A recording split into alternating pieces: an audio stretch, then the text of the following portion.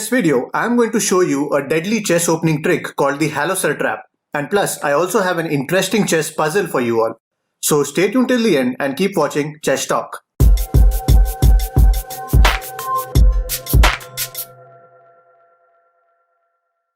Hello chess friends, I am Jitendra Advani.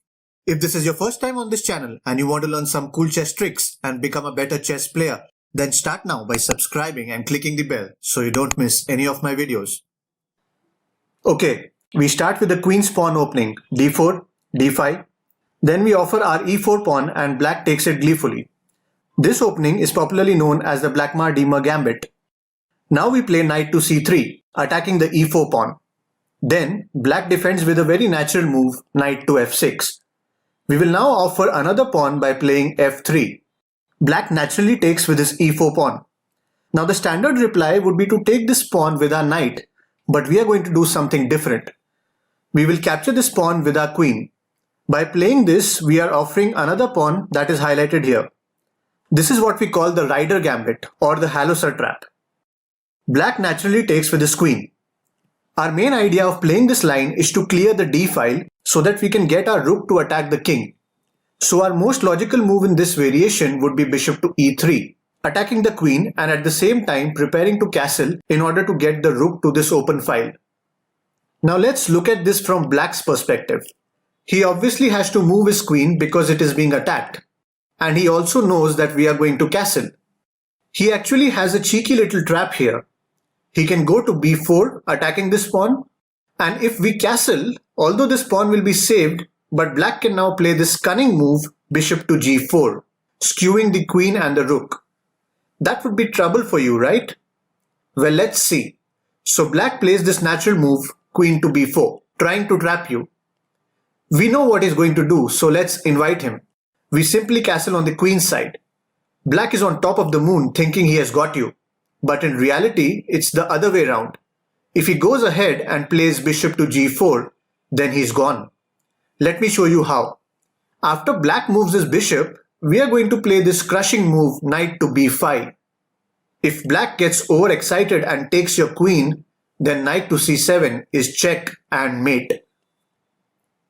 Going back, if he tries to take your knight with his queen, then bishop captures queen and it's check to black. And after he blocks the check, you can save your queen and win the game easily. Going back, if he tries to free up some squares for the king to move and plays something like pawn to e5, then knight c7 check, black's only move is king to e7, then we can play queen takes b7. And if queen captures queen, then that's a blunder because bishop to c5 is a beautiful checkmate. So going back, in this position, the most logical and common response you will see from black would be knight to a6, protecting the c7 pawn. But what we have done now is that by bringing the knight here, we have blocked this queen from defending this pawn. So now we can capture this b7 pawn with our queen. As you can see, we are double attacking this pawn and threatening to capture his queen through a discovered attack, just like this. So what can black do now? If he tries something like rook to b8, then we can simply capture the rook with our queen to give check.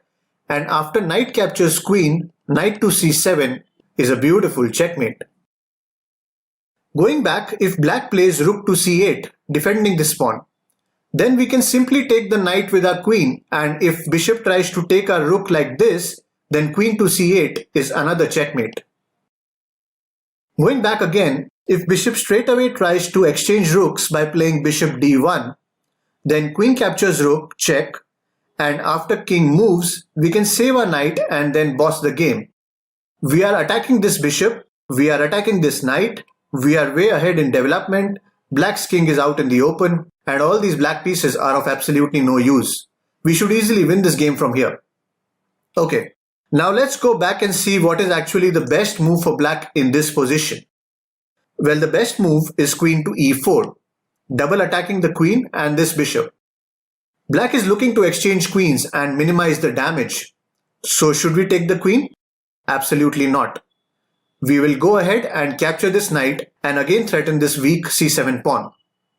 If black tries to capture the rook first, then we can simply take the bishop, and after rook d8 check, we can block with our bishop and we are significantly ahead in material. So bishop captures rook is not a good idea. Going back, so obviously black needs to capture the bishop with his queen to give check. We move our king to b1. Now black will have to do something about this pawn, so he plays queen to c5 to support it. Now again we play queen to b7 attacking the rook. If bishop captures rook, then queen takes rook check. King moves to d7, only possible move. And finally we need to do something about this checkmate threat, so we block with our knight like this, and at the same time we also attack his bishop. As you can see, white has a decisive advantage here. Black's pieces are sitting like mere spectators, they can't do anything. On the other hand, we have a lot of attacking options to pounce on this open king. We can bring out our bishop with tempo, our knight can jump to f3, and then our rook can also enjoy the show by taking shots at this lonely king. So all in all, this is a strong advantage for white. Now let's go back and see what happens if black plays rook to c8. Well, then we can take this a7 pawn with our knight. Now the bishop can't capture because then queen to c8 would be checkmate. So black plays bishop to f5, double attacking this c2 pawn. But now we can bring our bishop into action by playing bishop b5 check. The king can't move, and again if he blocks with the knight or the bishop, then queen to c8 is checkmate and it's game over. So let's go back and understand where black goes wrong. Let's look at this position. Although the most natural move here seems to be queen to b4, and I guess almost 90% of the players would play this, but the best move is a difficult move to spot, and that is queen to g4. Yes, black should look to exchange queens, and white should not allow him to do that, considering he's already 2 pawns down. From here, white should go back and continue with his development. This should be an even game from here. Yeah, maybe black has a slight advantage, but nevertheless, this trick is definitely worth trying out in your games. Okay, so it's puzzle time. But before moving on to today's chess puzzle, I request you to show your support and like this video. We are targeting 2000 likes on this video, so come on guys, hit that thumbs up button right now. Okay, so here's the puzzle. In this position, it's your turn and you need to find the best move continuation for white. If you're able to find the solution to this puzzle, then share it in the comments below. Whoever gives the correct answer with the perfect explanation, I will be pinning that comment at the top so that everyone can see it. All the best guys, let's see how many of you can solve this. Well, don't forget to like and subscribe to this channel, and for some interesting chess tips, tricks and puzzles, you can like my Facebook page. Links are in the description box below. Thanks for watching.